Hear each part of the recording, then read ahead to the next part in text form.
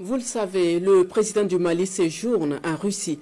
Parmi sa délégation, on note la présence du ministre malien de la Défense et des anciens combattants. Le général Sadio Kamara a eu une séance de travail sur place à Moscou avec son homologue russe sur les perspectives d'amélioration de la sécurité et de la souveraineté au Mali. Adama Kamara, Garibou Pérou de l'ORTM. Dans une salle aux couleurs de nos deux nations, les ministres de la Défense du Mali et de la Russie se retrouvent face à face.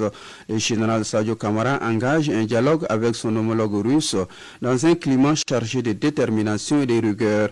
Les échanges sont articulés naturellement autour des questions de sécurité et de coopération militaire auxquelles il faut donner des réponses. Nous avons parlé de la formation, de l'entraînement,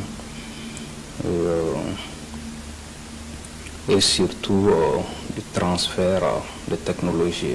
Et l'acquisition du matériel aussi a été abordée. Au cours de cette rencontre, le ministre russe de la Défense a souligné les efforts déployés par le Mali en insistant sur la volonté de son pays à fortifier les relations militaires.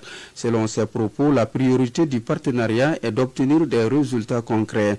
Le général Kamara a su établir les fondations d'une collaboration promoteuse alignée sur les aspirations maliennes. Le Mali et la Russie sont ensemble depuis les premières années de l'indépendance du Mali.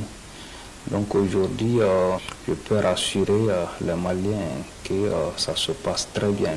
L'avenir est prometteur, mais je laisse le soin aux Maliens de découvrir dans les jours, voire les semaines à venir et de faire le constat sur le terrain. En définitive, le dialogue entre les ministres de la Défense illustre non seulement l'engagement de la Russie envers le Mali, mais également la détermination du gouvernement malien à affirmer sa souveraineté dans les domaines de la sécurité et de la défense en tissant des partenariats stratégiques. Ce combat-là, c'est le combat de la jeunesse. Et ce n'est pas un combat pour une année. Détrompez-vous, c'est pour une éternité. Il faut vous défendre. Il faut réclamer vos droits, il faut défendre vos droits. Il faut défendre votre pays, votre nation. Tout ce comment se joue au niveau de la jeunesse. Nos grands-parents, là, nous accompagnent seulement. Ils font des bénédictions. Mais le risque là, c'est nous. Si vous avez peur de prendre le risque, je crois que mieux vaut abandonner le combat. Quoi. Si vous avez peur de prendre le risque, mieux vaut abandonner le combat.